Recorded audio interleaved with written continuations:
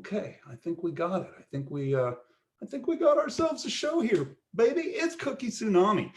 Happy New Year, everybody. We are finally out of 2020. Not to lay any expectations down for 2021. I am a big fan of reality, and I roll with the punches. Whatever needs to happen. I don't expect anything to end with this pandemic anytime soon. So you're going to see me continuing these quarantine kitchen happy hours while we're rolling along with being stuck inside and sheltering in place and all of that. If you don't know me, I am your charming and charismatic leader for these things, your host, if you will, Dave Nelson, and I put together the Industry Cooking Network when this pandemic busted out, and that's what I've been doing every Monday since. I have taken a few little breaks, but otherwise it's just been me in my crappy little kitchens, as I say, laying down a bunch of cooking technique and talking to a bunch of really interesting people. I want to remind you, we got the comment line open here, so if you want to give me a shout out and hey, talk about cookies or anything in general, you can bring it on down, okay? I am looking forward to it. So tonight, by popular acclaim, I should make the announcement, really not by popular acclaim, the network insisted we brought back the brand Culinary Kitchen Happy Hour. And so that's what we're doing. When I am doing culinary lessons, that's what we're calling it. Otherwise, we get some handsome and interesting people on. We are going ahead with those Between Two Stove exclusive interviews, which are known for their hard-hitting content and by gum, all-American fun with some great culinary people, especially our local folk in Sacramento, California here. So I urge you to join us for one of those. But for now, we've got a Quarantine Kitchen Happy Hour, and we are getting into the Cookie Tsunami. Now, we got a ton of good stuff coming up, but I want to get right to it. I just want to say, if you believe in the simple message of this humble cookie ministry tonight, that we need to really go back to a time where folks spent their time in the kitchen instead of on the couch in front of the TV all day. I want to remind you to get over to Industry Cooking Network on Facebook, on YouTube, and Instagram. That's Industry Cooking Network. Go ahead and like, follow, subscribe, and share, okay? And let's give a shout out to the Industry Cooking community as well on Facebook, where we are streaming live tonight. We've got ones of visitors out there watching right now, and but we got a great little community over there on Facebook. It's the Industry Cooking Group, and just all sorts of great people from the industry hanging out with a bunch of home cooks and just keeping it real as far as the food's concerned. And that's kind of one of the general rules: always be true to the food. Okay, I hope you guys are all out there. I hope you're watching this in your kitchens on this blustery winter day. It was definitely a day for cookie baking, and I've had the warm fuzzies about this all day long. Okay, that's how I get when the winter time starts rolling in, and I know it's January 1st and we're finally seeing little peeps of it here and there, but it just makes me think cookie when I get to days like this. So again, thank you for joining for this episode, especially on a day like this. Now, I've never just cooked through a recipe, so my shows don't look like what you might be used to on those other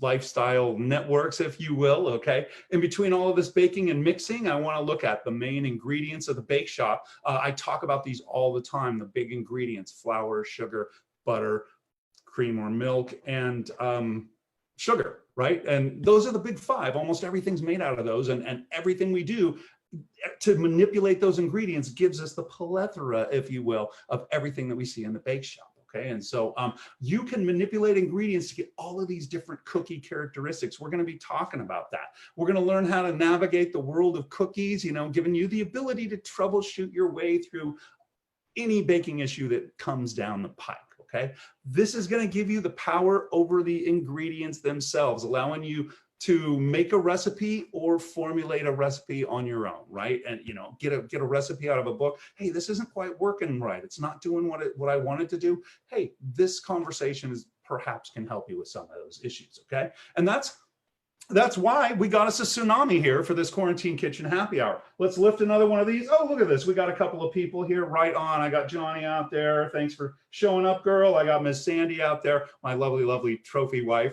Thanks for showing up, hun. And always good to see everybody. I'm going to have a little liquid sunshine here. And hey, whatever makes you happy for this hour, we are going to be talking about the cookie tsunami. Okay, this is awesome. This is awesome.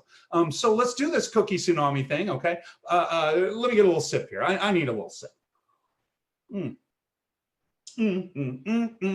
Delicious. Okay, first, we're going to talk about mixing methods, okay? Like last happy hour that I did, it was a few weeks back because I've had some really handsome and charming guests on since then, right? But the last time I did a cooking show, we talked about the cut-in method of mixing that we see in like biscuits and pie doughs and things where you want a really flaky effect, right? You want flaky biscuits, flaky pie crust, right? And so when we're mixing cookies, we have different mixing methods for that. You know, you may see a flaky cookie, you know, in some of the shortbreads too, by the way, you may see that. But the main mixing methods that we see with cooking are the one stage method, which is like, you know, you see in most recipes out there where in baking, you'll get all your dry ingredients and sift them together. And then you'll get all your wet ingredients, mix them together, and then you combine the two. That's the one stage method. It's one stage, combine wet with dry, and that's it. Okay, so that's one stage, and we'll see that in a lot of cookies. You know, a lot of your bar type cookies are kind of like that, where you roll it out and cut them and things like that. We're going to talk about those. Okay, we occasionally, another mixing method we occasionally will see is the sponge method, and we see that in like Ladyfingers and Madeleines, where it's kind of similar to cake foam cake methods, sponge cake methods is what I mean to say, right? Where we incorporate air into eggs. And so we'll see some cookies that are like that. You know, a ladyfinger that you see in a tiramisu, it's real spongy like. So some cookies have that sponge method behind them. But for most of the cooking applications that you're going to see, we use the creaming mixing method, okay? You can Google peanut butter, you can Google chocolate chip, oatmeal, raisin cookies all day long. The nuts and bolts of this creaming mixing method and all of those cooking recipes are going to look just like what you see today. And I know you guys, if you've made cookies, you know what this is all about, okay? But that's what I love doing. I love going through these basics that, hey, you know, my grandma actually did that step or whatever. Yeah, I actually do that too, but I didn't know the name of it or whatever it was, right? That's kind of what I like about these conversations, looking at the nuts and bolts, okay? So if you're still with me, it looks like I got a couple more people out there. This is pretty sweet. This is awesome, okay? Now, the creaming mixing method, the idea here is I start out with something like butter. It's super heavy. How do I get the other ingredients into it? Okay, and so the idea behind creaming mixing is we have a heavy ingredient and we can lighten that heavy ingredient so we can add these other light ingredients like eggs. Eggs are the worst, man. They're all slippery and they slip and slide in with the butter and everything. If I can lighten up that butter, maybe get a little air in there, millions of little tiny air pockets, hey, they can incorporate those eggs a lot better, right? And so that's what we're doing when we are creaming. We are blending together. Typically, we'll combine fat and sugar and whip air like into it with a paddle attachment and just whip a ton of air into it. And that's part of what you're going to see. It's important while this is going on. We're talking about creaming mixing method. While this is going on, you want to stop every once in a while, scrape the bowl down. We don't want any little clumps of butter in there that are going to show up as little pools of ingredient in our finished cookie later on, right? You see like a blowout on the side of a cookie or something like that. We want it super, super smooth, right? And so at this stage, you're going to do a lot of scraping, okay? This is creaming, okay?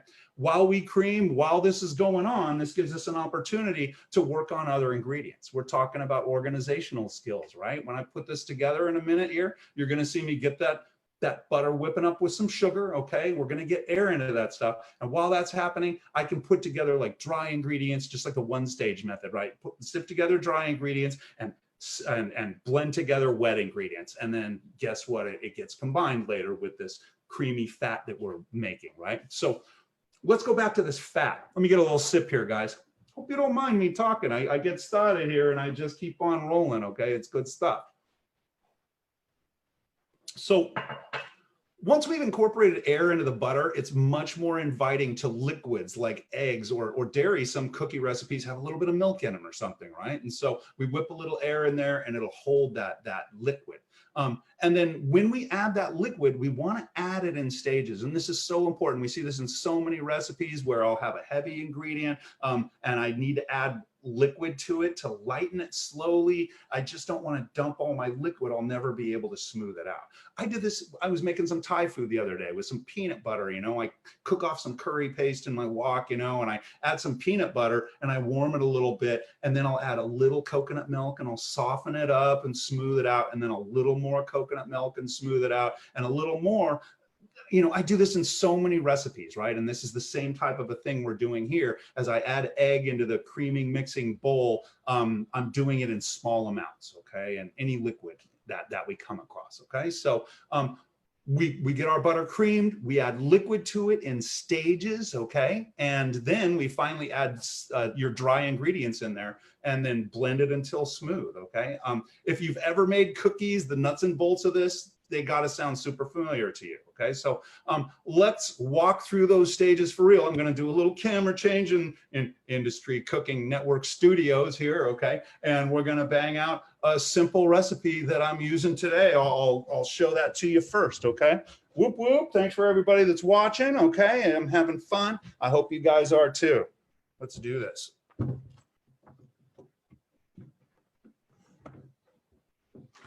All right.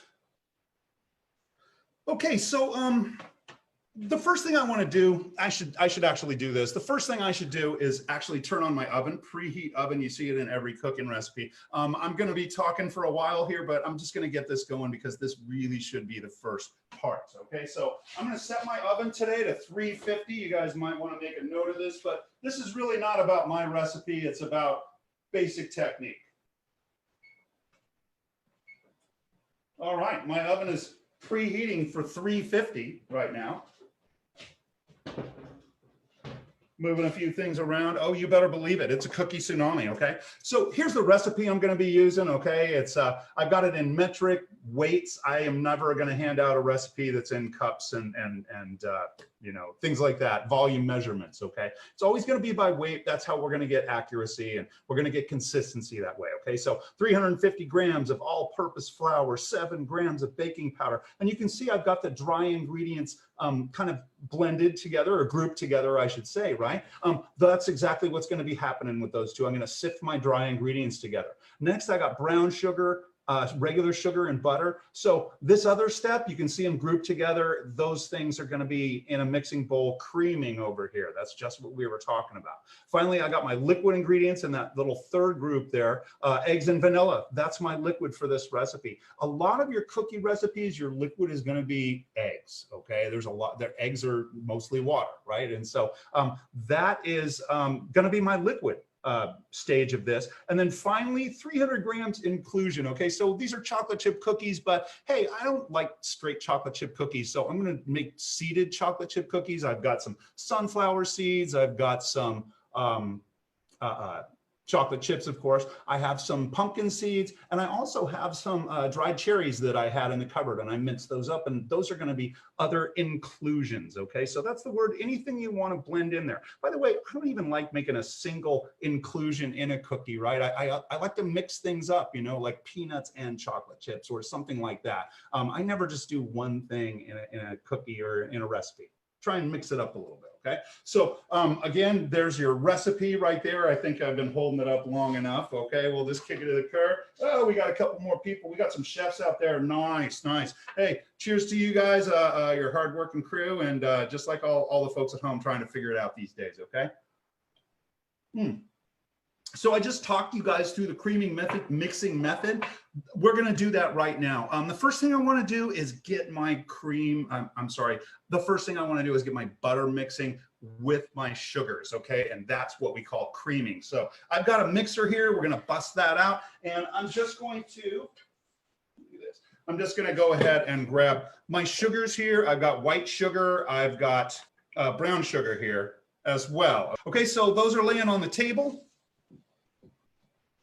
Let me kind of get that. And then over here, I've got, of course, I'm going to have a rubber spatula, and that's going to be the star of the show today. You're going to see me using this like crazy. So rubber spatula is in the mix. I got a paddle for my mixer here, and then I've just got a stainless steel bowl with my 220 grams of butter in there. Okay, it's basically a cup of butter. This recipe is based on a cup of butter.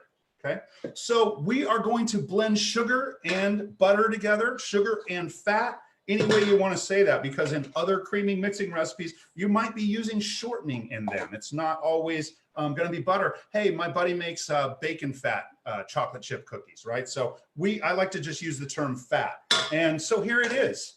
I've got my sugar and I've got my butter together. You guys know what that looks like, for heck's sake, okay? I'm going to stick this on my machine. I lock it in on the 2 pegs on the side and then lift it forward. If you have a KitchenAid, lift it forward, push it forward, and now it's locked in. I'm going to go ahead and put that paddle on there, and I think a lot of you guys might be familiar with this. This machine, I'm just going to turn it on low to get it rolling, and then I'd like to pull my bowl up once it's already on. And sometimes you'll see me kind of moving the bowl up and down. And so now what I want to do is I want to crank it.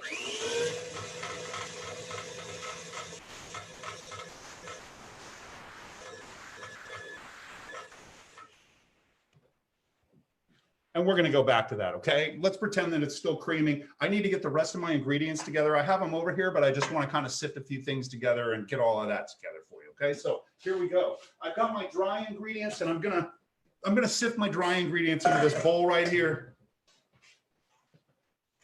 And what I have is my baking soda, okay? 7 grams, okay? It's about a teaspoon. And then I have, on top of that, I have, let's see, how much was it? 350 grams of flour. So I'm just throwing about half of that in there, and I'll sift it on through. So we're pretending that that creaming is going on right now. And this sifting is good for knocking out the clumps in your flour, but it's also good for blending that baking soda into the mix. Okay, so that's all sifted together. My dry is combined, okay? Oh, yes, oh, yes. Oh, we got lots of people out there. Suzanne, thanks for joining. Awesome. So next thing I want to do is I'm going to put my wet ingredients together, okay? I've got vanilla and I've got eggs in this recipe. My vanilla is 2 teaspoons. I'm just going to go ahead and throw that in a bowl. Oh, yes, oh, yes. There's 1. And 2 coming up. And there it is. And I always spill a little extra in there by accident.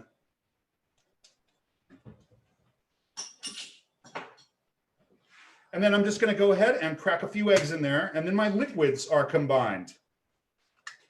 This is just like the one stage method, except I'm creaming up my fat and sugar together. I just saw a couple of shells in there. Let me grab those.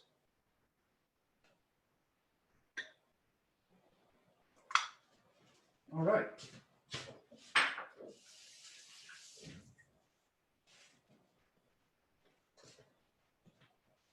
So ladies and gentlemen, I got my dry combined, I got my wet combined, I've got my fat and my sugar combined in another area. Oh, let's talk about inclusions, okay? Did somebody ask about inclusions? So today I've got some chocolate chips, and when I'm doing chocolate chip cookies, I like the mini chips, you know, the smaller ones. So I don't know if I'd call these minis, but they're pretty darn small, okay? Now, I was saying I don't really like just a straight chocolate chip, okay? So I've got other inclusions going on in here. I had a little bit of dried cherry in my cupboard, and so I minced those up, and I'm adding those in there. A little tangy dried cherry along with those chocolate chips. And like I said, I minced them up. I don't like to leave raisins and dried fruit whole in a cookie. You get this like flabby grape in there. I'd rather just have little minced pieces of that in there. It's kind of a thing I do. Let's see, other things that I've got going in here, other inclusions. I've got some seeds. I've got pumpkin seeds and sunflower seeds, and I took time to toast these off a little bit, just about halfway. Very important, you know, you'll think that a cookie's small and the nuts will toast enough while they're baking or whatever in there, but they just never get enough of that toasted flavor in there. It's just a world of difference when you toast those nuts, okay? So I'm adding my seeds into the mix, into the inclusion mix here. I'm just putting it all together right now off camera here. Let's see if I can get everything in there. And then the last one is sesame seeds, okay? I toasted those off a little bit too. I'm just gonna have this background sesame seed in there. These are gonna be more like trail mix bars than chocolate chip cookies, okay? So I'm kind of excited about all of these. And by the way, the seed blend that I have here, the pumpkin seed and sunflower seed, that's something I keep around, and I blend that together and I just keep it in my cupboard all the time, okay? So now I have 3 stages here. I've got inclusion, I've got dry ingredients, I've got egg, and then gosh, I almost forgot, I've got my mixing bowl over here that has butter and sugar in it. We are watching the Cookie Tsunami. You are talking to Dave Nelson here. Let me just get a few things out of the way, and we are not going to lose our scraper because you are going to see us use that one a lot. Now at this point, I kind of let those ingredients run around in the bowl, and you can see some butter up on the sides that is lighter in color than the rest, and it's a different consistency. So I'm literally taking the bowl off and really getting in there and scraping this. Now, if you've ever had cookies where they have a little like melted portion in the side, I call it a blowout or something like that. This is how you avoid that. You want to just keep this stuff really smooth so you don't wind up with chunks of butter later in the recipe. Okay, so I got most of it off, and we're going to do that a few more times. So I'm going to say we're looking good, and I'm going to aerate this fat a little more. Now this is going to be loud, guys. Here we go. Get that paddle on there. Otherwise it's not going to do much. And then we're going to just crank it up. Lock it in, and now I'm going to kick it on.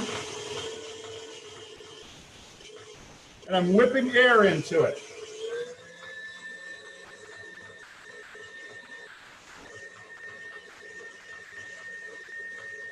Shout out to Chef Scott out there. Woo.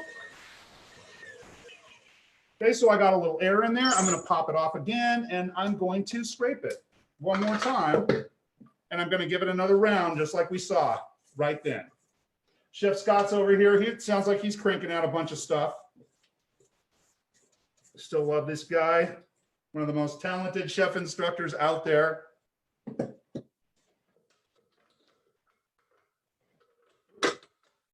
Locking the bowl in place, getting that paddle on there, and cranking it on again.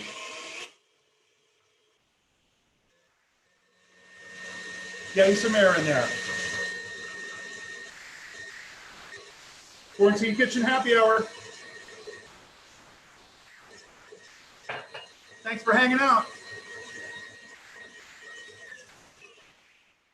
Oh, yes. So I think I've got a pretty good amount of air whipped in there. I could go another minute or two, but in the interest of brevity, okay, I'm going to go ahead. I'm going to bring my bowl down.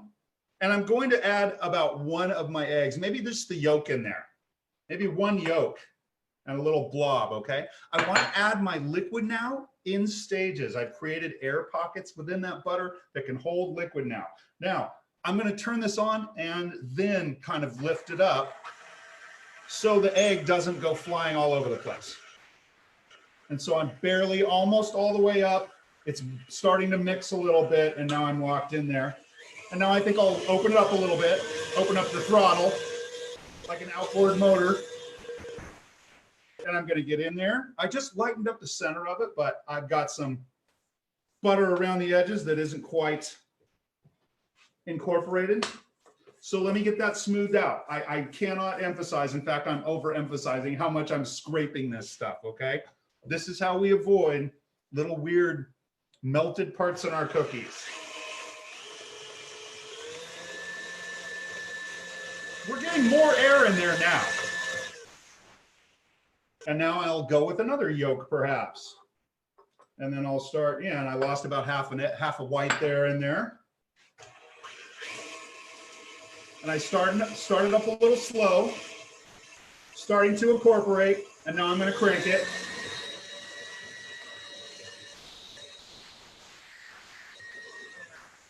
I'm going to take it down. It's off. And I'm going to do another little scrape. You can't scrape too often.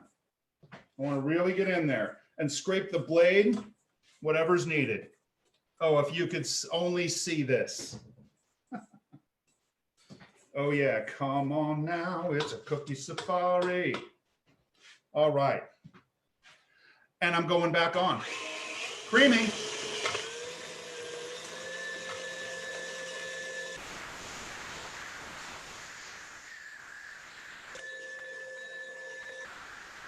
You better believe it.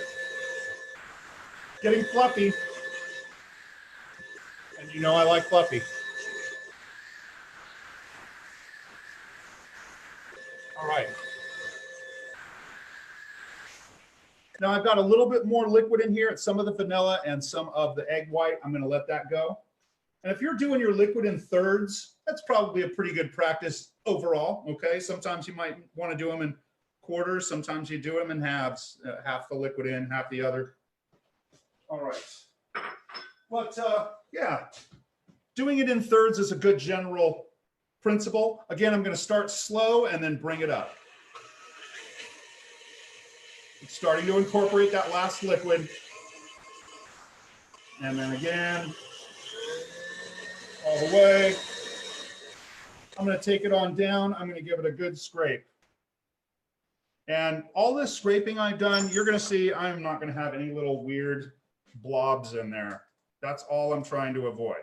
And also I want to emphasize again, we're getting that butter to be lighter in texture. And that means I can add other ingredients to it. I couldn't have forced my flour into it earlier before I added all of these other ingredients and lightened that butter up. And now it's all going to come together as one united cookie. Okay. I want to emphasize again, take special close attention to your paddle as well. Okay. Get all in the nooks and crannies. You guys get the idea. Okay. None of this is rocket science. It's so easy. Okay. Now I've got my butter and sugar cream together and I have blended my eggs into it. Next step, I could go ahead and pour in my dry ingredients. I think before that, I might just add my inclusions, my nuts, my chocolate chips, my pieces of cherry, my seeds, all of that good stuff. It's all going in there. And then I'm going to blend all of these dry ingredients into the bowl. Oh, this is so basic, guys, so basic. Cooking is something anybody can do. You're seeing this guy do it, barely. All right, I've got all the dry inclusions in there. Next step, I'm gonna go ahead and add my dry ingredients to the creamed sugar and fat and eggs. And away it goes. I'm just gonna set a spoon in there. I'm going to put this back on the mixer and we're going to be really careful not to shoot all of these ingredients all over the kitchen, okay? I'm sure if anybody has an electric mixer out there, they've probably learned that lesson at least one place along the way. So bowl is locked into place. Let me adjust that a little bit. And ladies and gentlemen, we almost have our cookie dough here. It's that easy, okay? It just is. All right. Wiping down a finger here before we get going, and we are back on. My bowl is in the down position, and sometimes I will start it on one and then just slowly bring it up, okay? Again, I don't want to shoot flour all over the kitchen. And it's starting to come together, and I've locked it into place, and it's, let me kind of show you where it is and take you the rest of the way here. There you go. And I'll kind of pulse it the rest of the way. Whoa, I didn't mean to turn it on that much. I just pulse it and I want to get it to where it's just come together. I think it's about there. There's just the tiniest bit of dry in the bottom there. I can put the rest of this together with my rubber spatula, with my own tool, okay? So we are almost there. Let me get this adjusted here. Move a few things, and ladies and gentlemen, it's about cookie time here. All right. Hope you guys are enjoying it. It's a cookie tsunami. It's a happy hour too. Don't forget to get happy. Whoop, whoop. All right. So there it is. Some people might put a little pinch of cinnamon in this batter, you know, just blend that into their dry ingredients, maybe a little cardamom into it. But this is basically your plain chocolate chip cookie dough try to leave it as simple as possible. Although I did throw some funky inclusions in there at you. Okay, I'm just going to get rid of that paddle here. And like I said, I'm just going to bring the rest of this together with my rubber spatula here. I think I'm about there. I'm kind of scraping the bowl and making sure there's no little pieces or little bits of that creamed sugar or fat in there. Just make sure it's really smooth. I should caution you that you don't want to overwork this, okay? We don't want to develop gluten in there. We have flour and we have the water present in the eggs, and so we could start developing gluten if we really started over mixing this, and our cookies just wouldn't spread out. All right. Okay, so I think what I will do is actually spread out my batter, if you will, or dough in there for now. And I'm going to let this rest for a little while, and we're going to talk about setting up our pans, okay? So I'm just going to actually chill this for a bit. The next thing I want to do is talk about lining up our pans, and so that's what you're going to see next, prepping your pans. We're going to talk about scooping and all of that good stuff.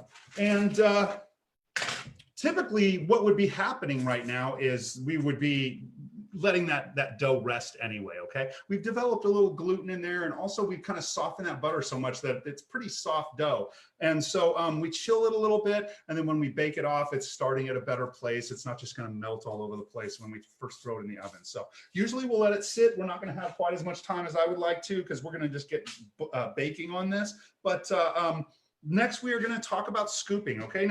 Okay, so we're chilling our dough. The next thing we want to do is get that oven going if we haven't already. Again, we turned our oven on to about 350, and then we want to prep those baking pans.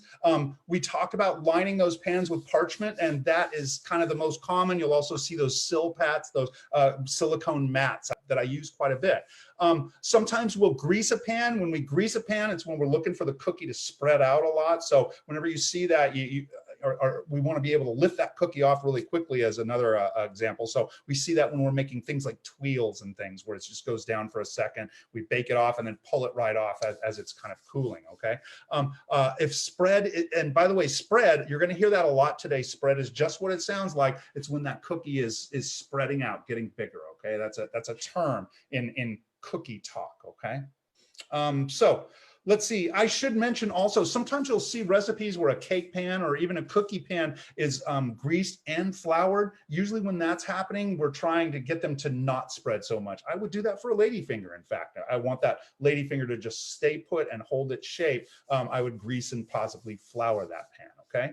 And for today, we've got so much butter in these cookies right here, we probably don't need to grease anything, but the parchment paper is a good practice. It kind of creates a little barrier. It almost keeps the metal from, the cookie from touching metal. It's almost a little sheet of protection in between there. So it's just not such an intense heat in there, and they slide right off, okay? And so that's what we're going to be using today, okay? We're going to talk about scooping. I think I'm just going to have to go. We're going to pretend that my cookies rested a little longer, but I'm going to go with scooping, okay? Now, when you're scooping, you want to have, you want to use portion scoops so every cookie is the same size. And by the way, I was teaching this in prison, and just let me say that if one person's cookie, one offender's cookie, is larger than another person's cookie, there's a problem, right? And so it's very, very important to have that consistency, okay? So that's what you're going to see here. I am using I believe this is a number 18 scoop, meaning I can get 18, no, this is a 24, meaning I can get 24 of these out of 1 quart of, say, ice cream or something else. Oh my goodness, my refrigerator door. I'm going to pick a number to go with on every sheet pan. It's kind of a thing in kitchens that if you're doing production, I would always kind of emphasize this with students. When I'm doing production, I want to know how much I've done already if I'm still working on more, okay? If I need 700 of something, I want to know, hey, I've done 300 so far. So if I have the same number of cookies on every sheet, I'm not counting cookies anymore. Now I'm counting sheets, if that makes sense, right? So very important, figure out the amount of cookies that are going to fit on one pan, and then stay with that throughout the whole project, okay? So I'm going to go with 3x4 on this one, okay? Let me kind of see if I can get you on here. I think we're going to have to back up again. There we go. There we go. Okay, so I've got the pan here, and one way that I can kind of look at this is I might just go down with 4 cookies on the corners just to kind of anchor them down. If I'm in a kitchen with hood fans going, sometimes these pieces of paper are flying all over the place. So sometimes it's my trick to just go ahead and get a cookie down on every corner.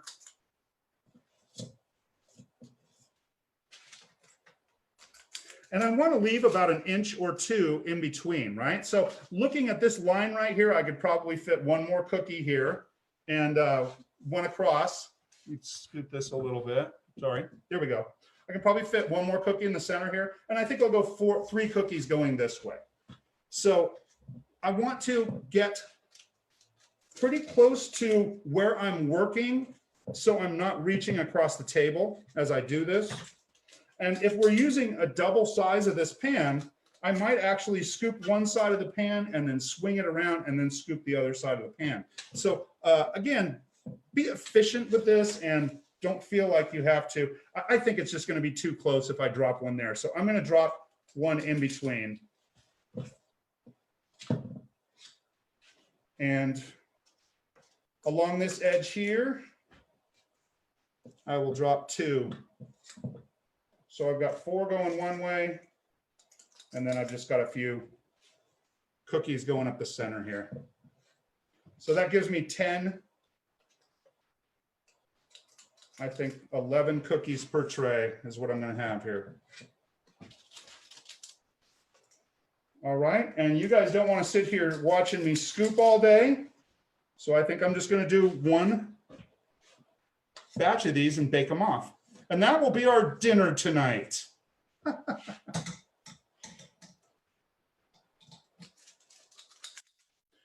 Sometimes we will dip this scoop into some hot water, but I don't think I'm there yet.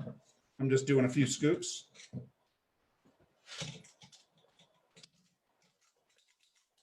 So yeah, I got 11 cookies on that tray. I'm going to space them out so they don't stick together, what I call stop signs. When 2 cookies kind of come up together. And I think I'm looking pretty good, okay? Now the rest of these, I could go ahead and scoop them, put them onto a tray and then freeze those and then pull them out and bake them whenever I want. Or I could roll them into a cylinder. So let's go ahead and look at that. But first, let's get these cookies going and I'll roll the rest of this dough into a cylinder real quick, okay? I'm just gonna do 1 batch of cookies, like I said, just kind of going through the motions here. So this cookie is preheated to 350 degrees.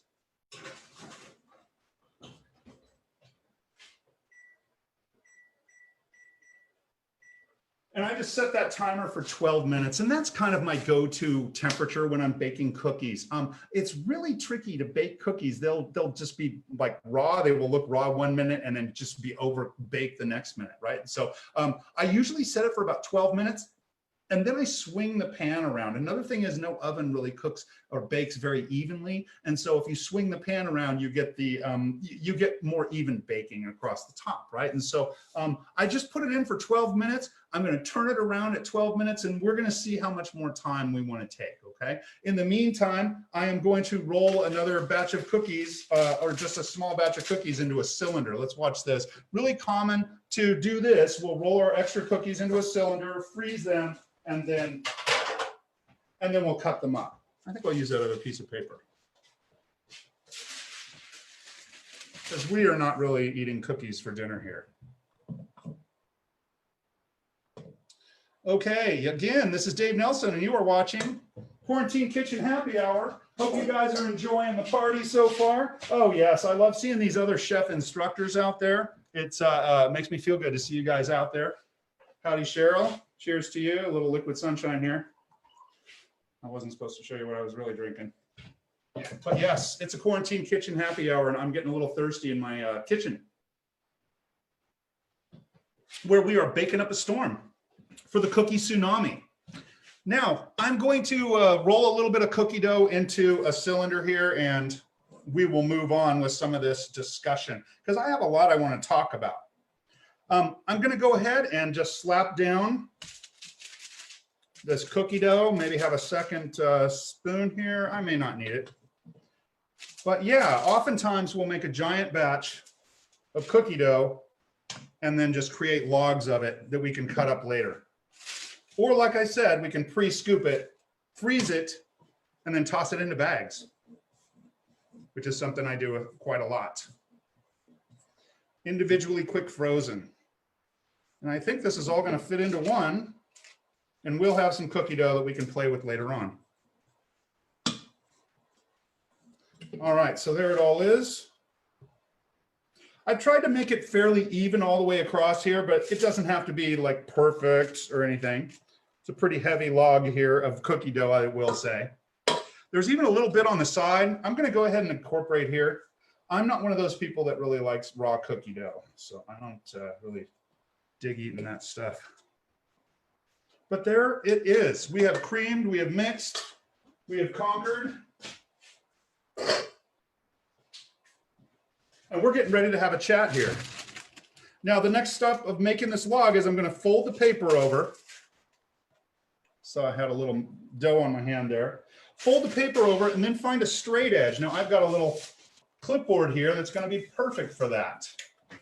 What I do, let me turn this sideways. I hold on to the bottom piece of paper while I press on the top piece of paper. And by gum, I've got a cookie log. I'm just going to kind of press one direction. I'm going to press it over this way a little bit more. So again, my hand is on the bottom, holding that bottom sheet, and I'm pressing in kind of off towards the back end of this thing now. And there it is. I'm just going to smooth out that edge. And I'm going to freeze this thing and maybe cook them off tomorrow for tea time. Because we're always having tea time around here. Little mini chocolate chip cookies. Yes, cookies for dinner. Gotta love it. Gotta love it. Okay, so in the freezer they go. And let's do another scene change here. Bring you on up here. And we're gonna talk while those bake off. Because what else are we gonna do, right? Let's sit here and chat. Good stuff. And it's Quarantine Kitchen Happy Hour here at the Nelson household.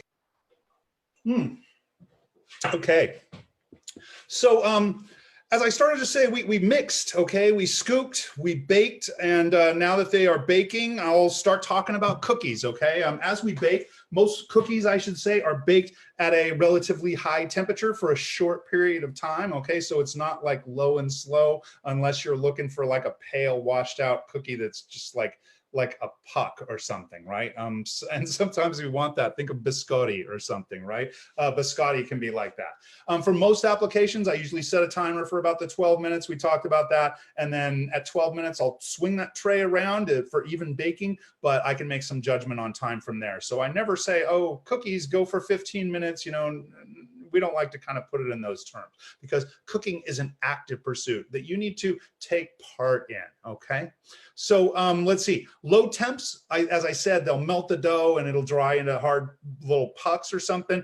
Too high of a temperature, it'll set up the outside so it won't spread. So you'll wind up with these pucks that get really cooked on the outside and that might be undercooked on the inside, okay? Sometimes we like that with a soft, chewy cookie as well, though. So it's a thing, right? So watch the temperature, okay? You got to find a happy medium because you'll see burnt edges, you'll see burnt bottoms. There will be burnt bottoms, okay? So even 1 minute of over baking will burn the cookies, so watch them very closely. You might remember that scene in, if you've ever seen the movie Matrix, right? Remember that nice oracle lady, right? And she's talking with the Neo guy about, you know, just like the secrets of life and the universe and all of it, right? But she still had time. She had to watch those cookies. She's like, hold on a minute, okay? We can't talk about the universe right now. We got to keep an eye on these cookies. They will go from raw cookie state to burnt cookie state in seconds. So when they start getting close, you really want to watch them, okay? Residual heat of the pan will continue to cook the cookies after they've come out of the oven. And so when these guys are coming out, I kind of like to slide the whole piece of parchment paper onto a cooling rack. And then once they cool enough to where I can get them off that paper, I get it off the paper and I might reuse that paper or something in my kitchen. I'm trying to conserve around here, conserving, okay? So important thing to know though, if you leave those cookies on a pan, they'll keep cooking, right? Doneness, we want that honey golden around the edges and bottom. We all kind of know what a cookie looks like, right? It's not really brown on top. It's just around the edges and the bottoms, right? And again, watch for those burnt bottoms. There's gonna be burnt bottoms, okay? Remove cookies from the pans while they are still warm, or they might stick, especially if you're not using paper or anything like that. You want to get that type of a cookie off of the pans ASAP. With super soft cookies, you want to leave them alone because, you know, they're just set up on the outside and then they're just like basically raw cookie on the inside, okay? So we need those to set up and cool until they're like firm enough to handle, you know, think of like caramel ribbons going through them and things like that. They need to set up a little bit. Let's see. Cookies, they might be soft when hot, but still become crisp when cool. So you'll pull a lot of cookies out thinking, oh, these guys, they might need another minute or so. So you put them back in, you pull them out and they're hockey pucks.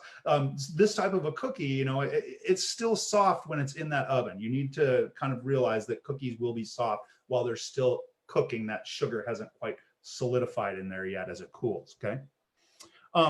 As you're cooling cookies, cooling racks are your friend. You want to let cookies cool naturally. You don't want to throw them in a refrigerator or something like that. It's like bread, right? You don't want to take a loaf of bread out of the oven and throw it in the refrigerator to cool off. You want it to be natural. You want to hear the bread over on the rack crackling a little bit as it cools off, right? So yeah, that's kind of the baking thing. We got through the mixing, we got through the scooping, and I kind of just talked through the baking thing. And we talked about mixing methods, right? We talked about, you know, the 3 different types of mixing methods that were pretty similar in cookie making. Again, I want to reinforce the 1-stage method: dry sifted together, wet sifted, blended together over here. You combine the 2 in 1 stage, right?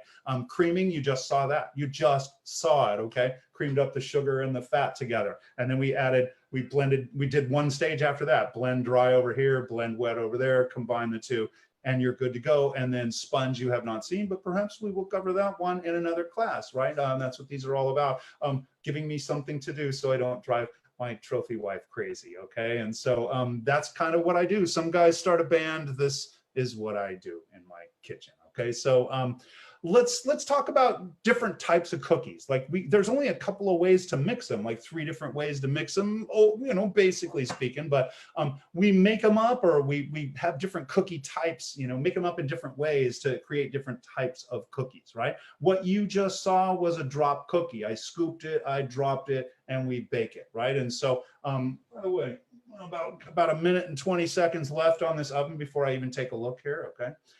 So drop cookies, those drop cookies, I can, like I said, scoop them up, freeze them, and then throw them in a bag, and we'll just lay them out. Oh gosh, you know, a lot of the restaurants and hotels and places out there, they're buying frozen pucks that, you know, you buy the case, and you're just laying those guys out all day long in the hotels to give to the guests, right?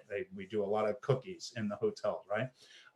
There are other types of cookies, bagged cookies, right? The ones that you pipe out, you know, grandma's little blue tin of Danish butter cookies, right? You know, they've got the weird cherry, you know, candied cherry in there, you know, it's red or green or whatever. Not my cup of tea, but there are some piped butter cookies, right? Ladyfingers are another piped cookie, right? If you think about it, you're piping out that classic ladyfinger shape to it, right? Okay, so those are all considered like bag cookies. That's other ways to kind of look at cookies, right? We have rolled cookies, your classic gingerbread man. We roll it out, we cut with cutters, and then we lay them out and bake them off, okay? That would be a classic. This thing's going off any second here. So another type of cookies are molded cookies. Let's talk about molded cookies in a while, because that just doesn't even sound good, but we will talk about them, okay? Molded cookies, my goodness. You know, I smell cookies. Boy, it looks like some people are out there listening along, so that's awesome. That's awesome. We can't talk about the universe right now. We got to take a look at this. All right. Now, I don't think I can really get you guys over there very close, but these guys, I'm going to say they probably need about, I'm going to check them in about 3 minutes, okay? They're starting to set up. I'm starting to see the tiniest little golden around the edges and everything. The spread is beautiful. It's just perfect. They're not running into each other and they're like stop signs, okay? It's a beautiful thing. So I'm going to give them about 3 more minutes. And then we're going to watch them. You're going to sit here and stare at me, staring at my oven while we watch those cookies go the rest of the way. Let's see. Awesome, awesome. Reginald out there, you've been trying to get people to listen to you about this stuff for ages, right? Awesome, awesome. Mr. Evans out there, good to see you guys. I love it, I love it. Thanks for hanging out, guys. Industry cooking classes, Industry Cooking Network, Quarantine Kitchen Happy Hour. We're back to it. I love it. We were talking about molded cookies.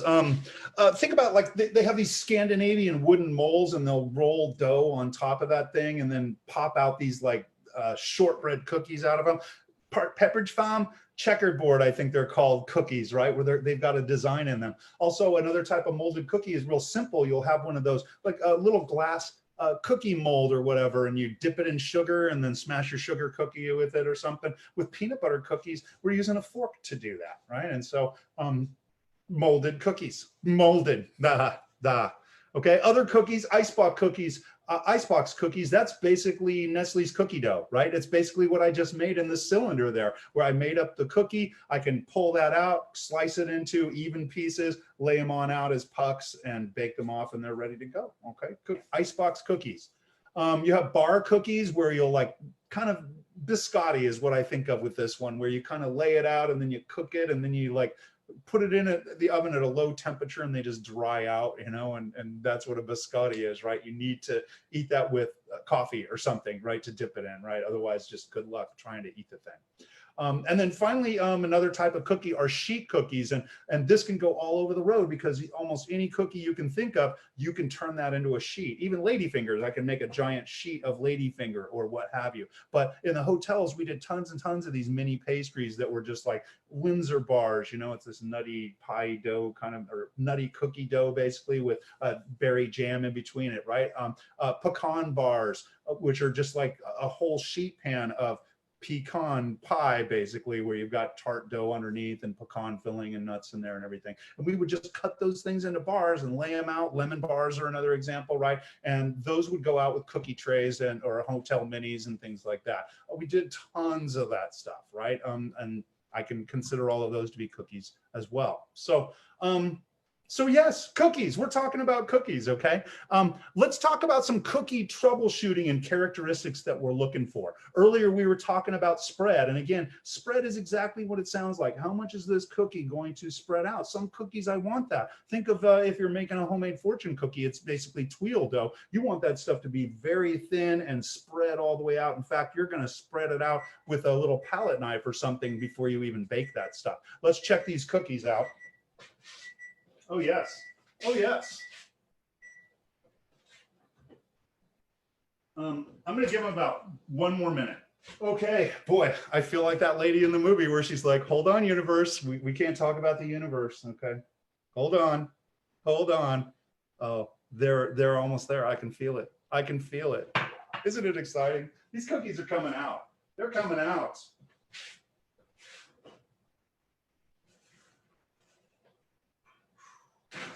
No, I'm giving them about 45 more seconds.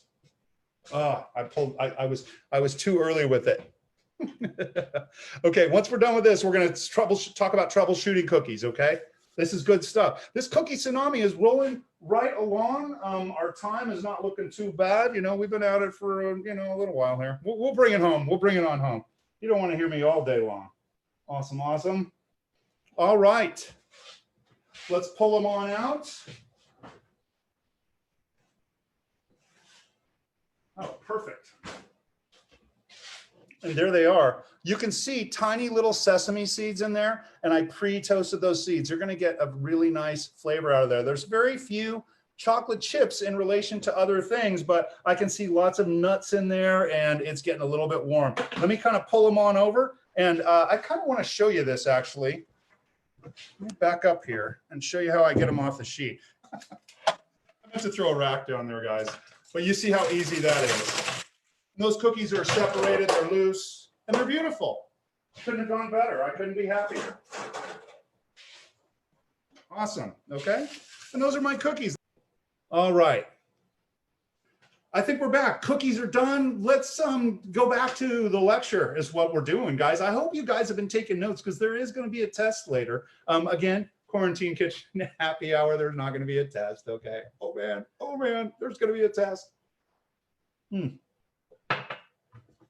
Okay, at the day job, there might be a test. So we were going to talk about cookie characteristics, okay? What is a crisp cookie versus a chewy? Is it thick or thin? Is it light and airy? Is it super, super dense, right? So let's kind of talk about those. And I want to kind of bring in that idea of those ingredients again, the main 5 ingredients of the bake shop. However, how we manipulate those will give us different results. And that's why I love teaching this cookie class, because if you can understand cookies, you can understand a lot of stuff about baking, right? There's so much going into it. I mentioned, like, you know, incorporating the air into the butter so I can get other liquid in there. I use that in other places in the kitchen, right? Not overworking the gluten, okay? That comes into play in so many places in the kitchen, right? Cookie dynamics are food science as far as I'm concerned. So that's why I wanted to talk about this, okay? So let's talk about these characteristics. Like a crisp cookie, like a shortbread or something like that, we tend to have a lot of sugar and fat in relation to the flour in that, right? So sugar tends to, you know, when it'll melt, it turns to liquid. Sugar is a moistener. I think of sugar as a moistener in my mind. And so cookies that have the high sugar and fat can be very, very crisp when they cool off, okay? Not much liquid also in those types of cookies, right? You'll see very low ratio of liquid. And again, when you see a shortbread cookie, there's very little liquid. Maybe, you know, a pound of flour, you know, gets like an egg or something, right? It's not much liquid, okay?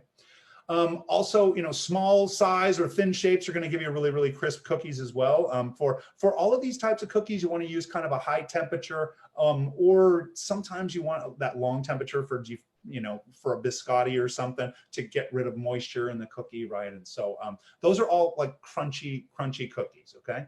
When you have a really crispy or crunchy, I really should say crispy, okay? When you have a crispy cookie, you want to be careful in how you store that. If it's just out in a kind of a damp kitchen where there's a dishwasher machine going on next to you or something, your cookies are going to get all soft. Think of like you make tuile cookies, that's basically fortune cookie dough. If you leave them out in a regular room with steam and things like that going on, those cookies are going to get soggy really quick. So you need kind of a dry box to keep them in. Let's see, if we kind of have a cookie that's not quite crisp enough, like I'm doing a tuile, and it's not quite crisp enough, I might think about like increasing more sugar in there, right? When that thing cools off, it'll get even crisper at the end, and maybe having less liquid in it. Maybe ease up on the liquid instead of a whole egg, you know, just do an egg yolk in your shortbread or something, right? As far as soft cookies, the softer side of cookies go, okay?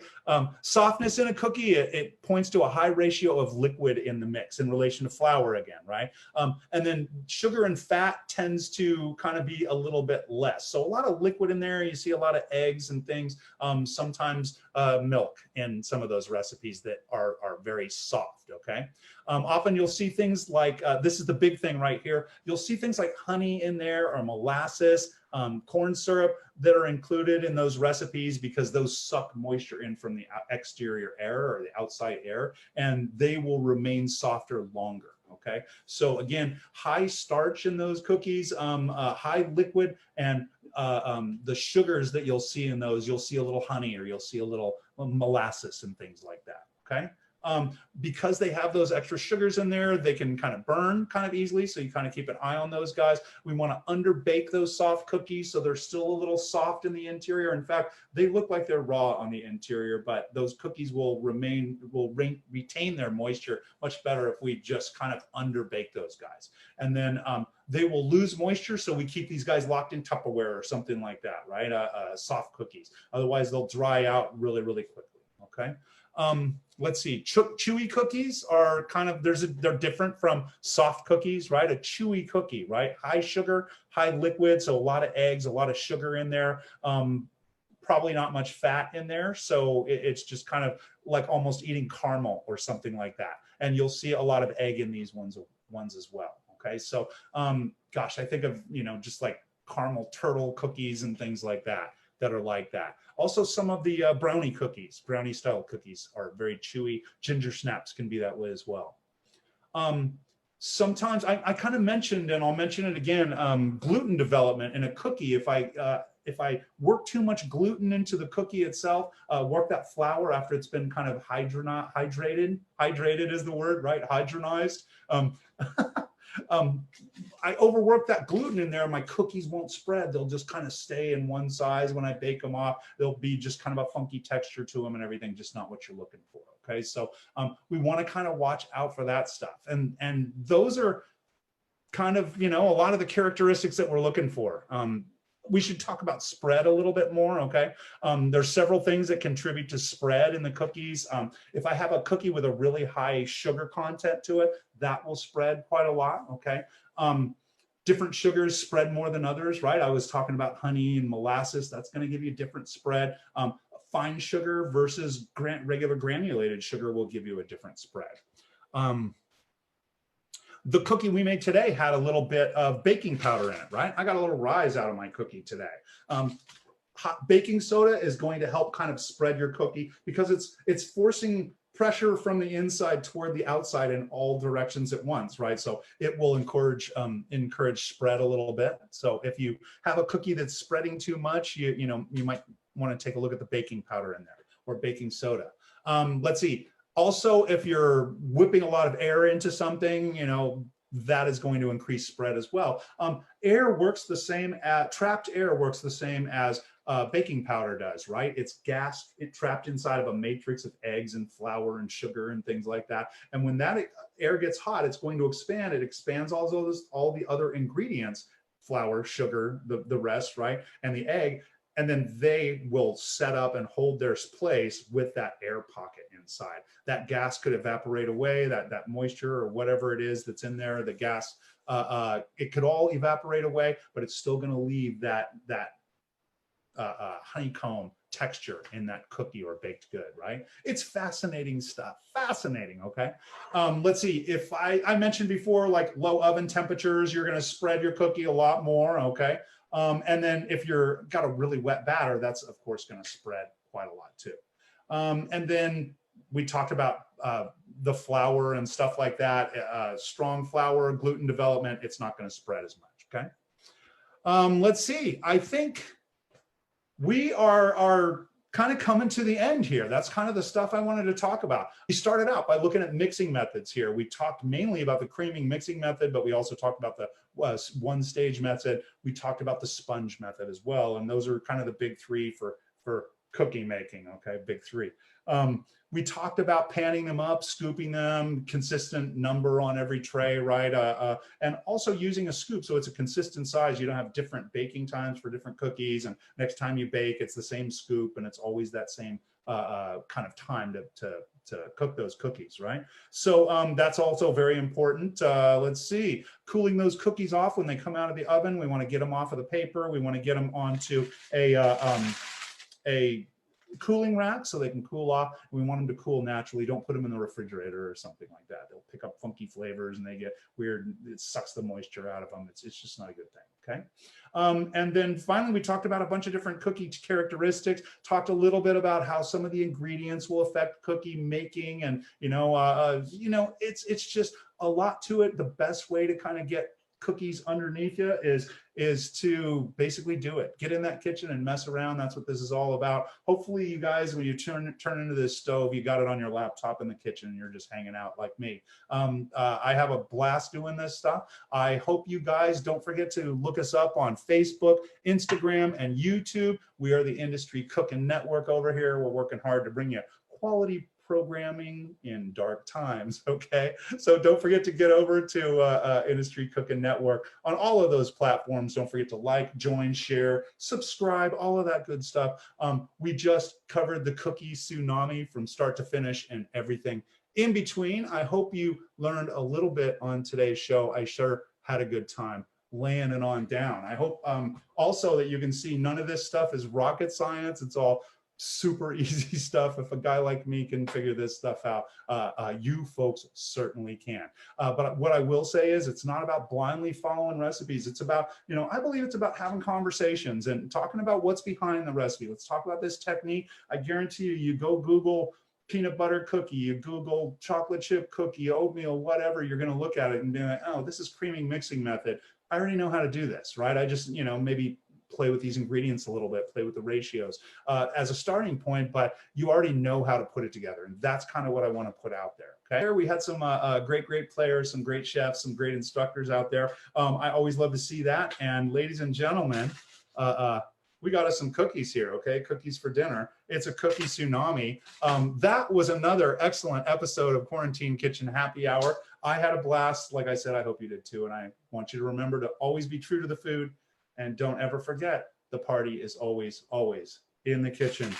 There it is, the proof in the pudding. Delicious. Nutty and delicious. Very good.